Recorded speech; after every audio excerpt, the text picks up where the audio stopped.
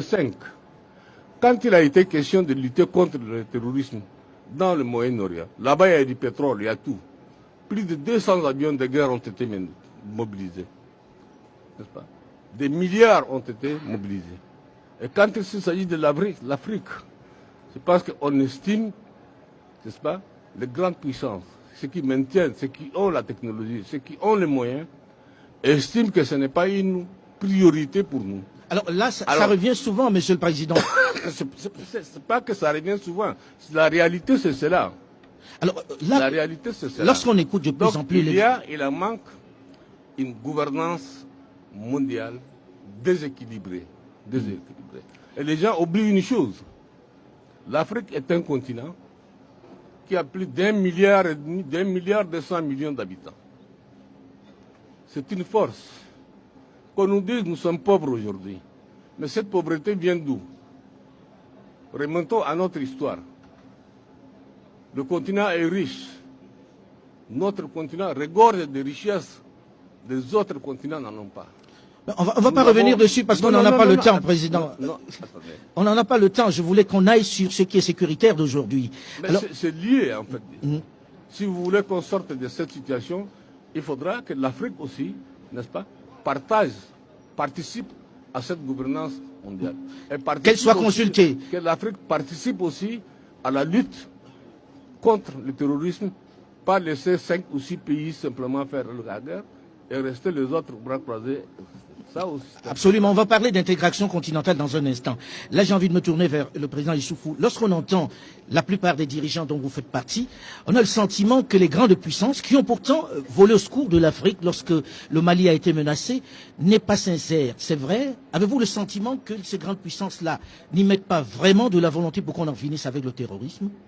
Moi, ce que je constate, c'est que, effectivement, au niveau de la communauté internationale, on ne fait pas suffisamment pour marquer la solidarité avec les pays du Sahel et avec les pays du bassin du lac Tchad.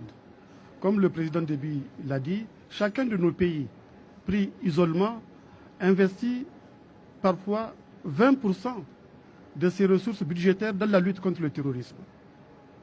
Nous avons, au-delà de ce que nous faisons au niveau de chaque pays, décidé de mutualiser nos capacités de lutte contre le terrorisme. Dans le bassin du lac Tchad, nous avons mis en place la force mixte multinationale avec 4 pays, le Cameroun, le Tchad, le Niger et le Nigeria. Et dans le Sahel, nous avons mis en place la force conjointe du G5 Sahel avec 5 pays, la Mauritanie, le Mali, le Burkina, le Niger et le Tchad.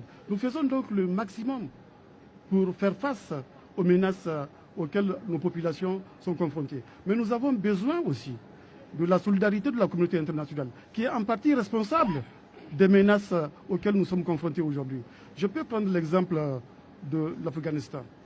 C'est des centaines de milliards de dollars qui ont été investis de 2001 à 2014 dans le cadre de la coalition de lutte contre le terrorisme mise en place mais l'Afghanistan n'a pas retrouvé la paix. Même chose, mais malheureusement, c'est pour dire que même dans le Sahel, ça va être long. Parce que souvent, on entend dire que les États du Sahel n'ont pas de stratégie, etc. C'est pour cela que la lutte contre le terrorisme piétine. Il n'y a rien de plus faux. L'exemple de l'Afghanistan le prouve. Il y a toutes les grandes puissances armées du monde qui sont en Afghanistan depuis 2001 et qui n'ont pas pu vaincre définitivement le terrorisme. On peut prendre l'exemple de la Syrie également et de l'Irak.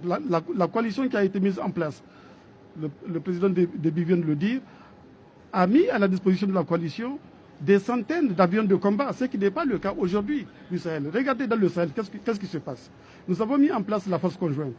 Nous avons demandé à la communauté internationale de mettre cette force conjointe sur le chapitre 7 de la Charte des Nations Unies. On n'a pas obtenu ça.